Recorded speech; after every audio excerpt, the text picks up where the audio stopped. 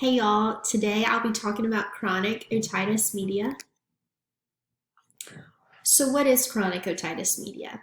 Otitis media is an ear infection. Chronic otitis media means multiple ear infections over a long period of time. Chronic otitis media is inflammation or infection located in the middle ear. Otitis media can occur as a result of a cold, sore throat, or respiratory infection.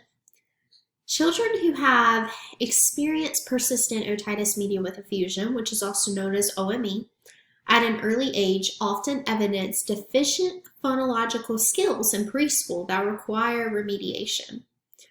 Chronic otitis media with effusion has been shown to delay normal language development. Otitis media mainly occurs in children. It usually occurs at least one time before the age of 3 years old.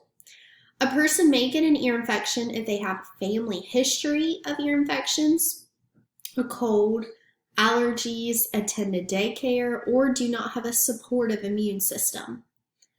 The eustachian tube not functioning properly is what generally causes an ear infection. The eustachian tube is a canal that links the middle ear with the throat area. Chronic otitis media usually accumulates over many ear infections, so it may take 6 months, it could take 10 months, it just depends on the patient. So what are the different types of otitis media?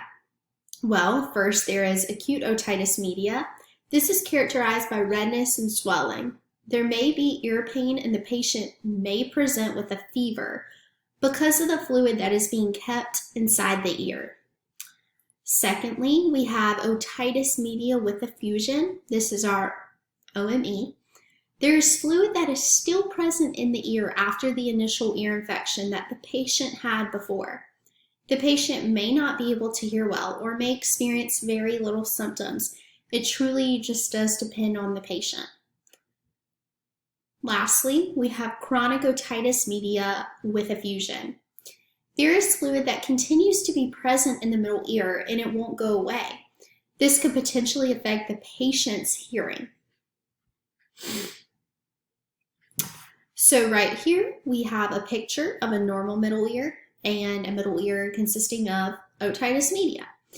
In the left picture, the eustachian tube is open and functioning properly in the middle ear. As you can see, we have laid out right here our eustachian tube, which is nicely open, auditory bones, and eardrums. So everything looks nice and like it's functioning well. In otitis media, shown in the right picture, there is fluid buildup on the eustachian tube canal. So as you can see, the yellow fluid is all in the ear, in the middle ear, and the eustachian tube is therefore closed and it's not functioning properly. So, signs and symptoms, medical and physical, of chronic otitis media. First, you're going to have unusual irritability, difficulty sleeping, because just think if you're laying down at night and you're having to lay on that ear, that's going to cause more pain and you're not going to be able to sleep too well, especially a child. You're going to have a loss of balance. Hearing difficulties, because if there's so much fluid in your ear, you're just not going to be able to hear well. Of course, you're going to have ear pain. You're going to have chronic ear drainage, fever, and swelling behind the ear. Now we have signs and symptoms of speech and language of chronic otitis media. Recurrent or persistent otitis media with effusion, OME, during early childhood has been implicated as a factor in the etiology of later speech disorders. CER was used in order to evaluate the conclusion of otitis media with effusion to speech development. The number of days of otitis media before age 3 was associated with the total number of phonological processes used by children between the ages of 4.5 and 8 years. Cluster reduction, stringency deletion, velar deviation, postvocalic singleton obstruent omission, and liquid deviation were the common errors that were looked at for the comparison of speech development and otitis media. Signs and symptoms of speech and language of chronic otitis media.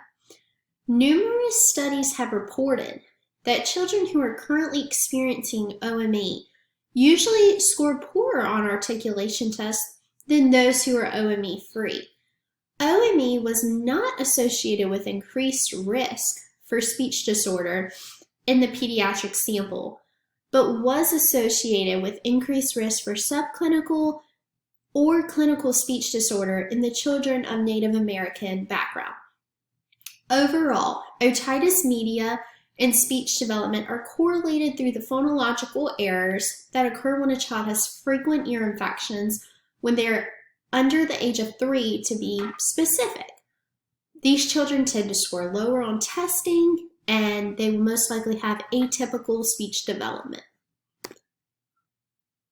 So moving on, we are now looking at our assessment of chronic otitis media.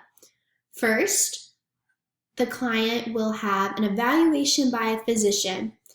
This may consist of a history, an examination of the ear, nose, and throat. Therefore, a patient will most likely go to an ENT doctor.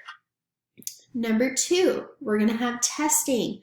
So the doctor is going to perform different tests such as hearing tests, tympanometry, which measures the pressure in the middle ear, a CT scan, and an MRI scan. Number 3, so configuring the best treatment. Therefore, this is really going to depend on the stage in which the patient is in. Furthermore, we have treatment. Number 1, uncomplicated chronic ear fluid. So just say there's not as much fluid in the ear. You may give antibiotics, steroids, or place ventilation tubes. Number 2, chronic or recurrent ear fluid. This may consist of ventilation tubes being placed in the eardrums and possibly different surgeries that could take place in order to help chronic otitis media. Number 3, significant damage in the middle ear. More intensive treatment will be needed in this situation. If active infection, the doctor may give antibiotic ear drops before surgery even happens. Treatment of chronic otitis media, surgical procedures. There are 3 objectives of surgery.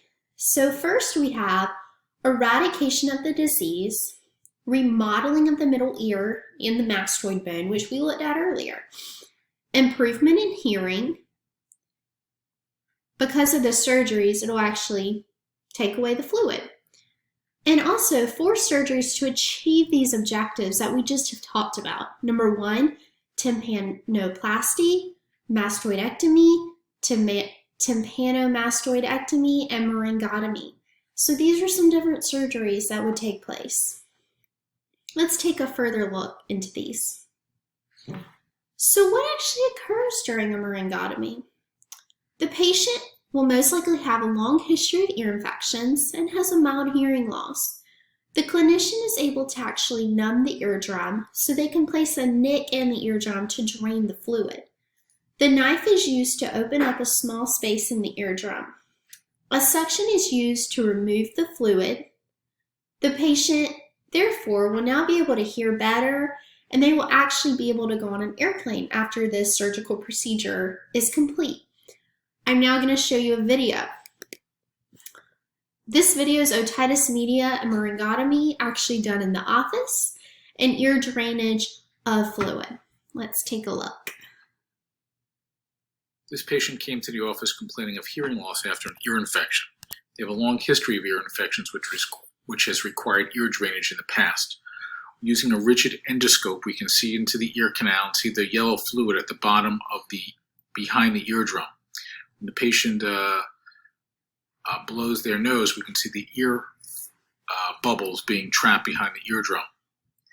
Patient has a mild hearing loss. We're going to apply some Pheno, which is a topical anesthetic, on the eardrum to numb the eardrum so that we can place a small little nick in the eardrum to drain the fluid. The eardrum is now numbed up at that area of the white spot. We're using a very small, tiny knife to open up about a 2 millimeter opening into the eardrum. This will allow us to drain the fluid from behind the eardrum or the middle ear space.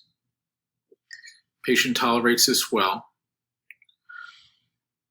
Now using a number 3 suction, which is a very fine, small suction, we're able to remove the fluid trapped behind the eardrum.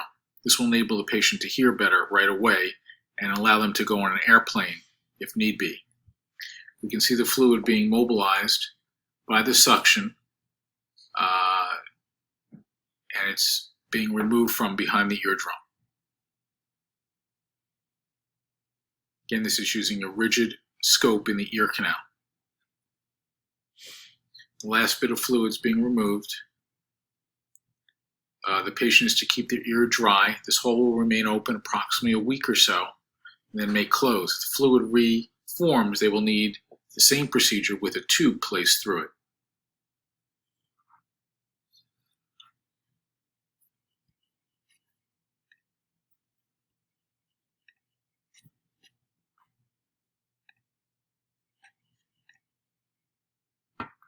Okay, so we were just able to watch a laryngotomy actually be done in the office.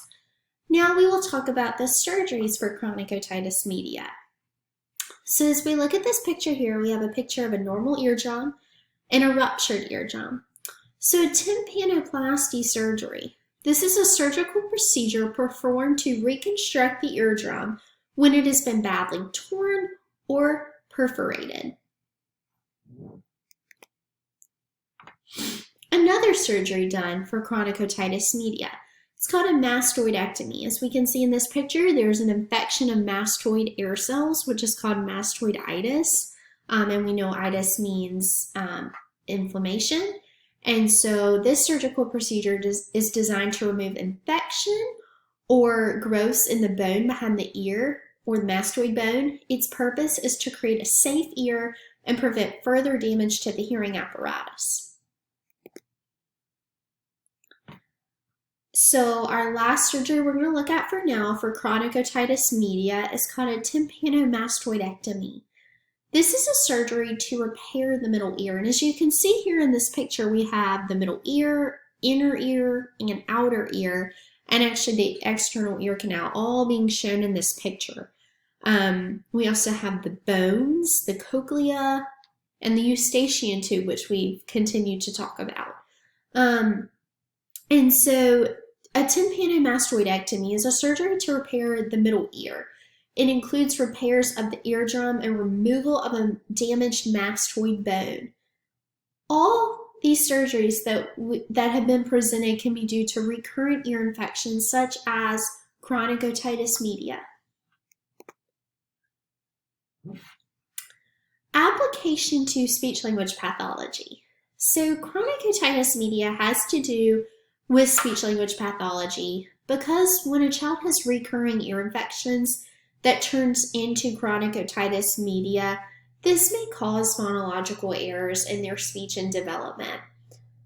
We have a quote right here. Cluster reduction, stridency deletion, velar deviation, postvocalic singleton obstruent omission, and liquid deviation were the common errors that were looked at for the comparison of speech development in otitis media. Therefore, speech pathologists will work with children who have chronic otitis media because they have more difficulty developing typical speech than children with no chronic ear infections at all. Furthermore, as an SLP, you would be able to focus on promoting phonological development in a patient with chronic otitis media. When a patient has chronic otitis media, it can be hard to hear due to the fluid buildup. Therefore, it's very important to focus on demonstrating the way in which to produce sounds so that they can visualize the way your lips move. This will allow the patient to gain better phonological development due to their current diagnosis of chronic otitis media.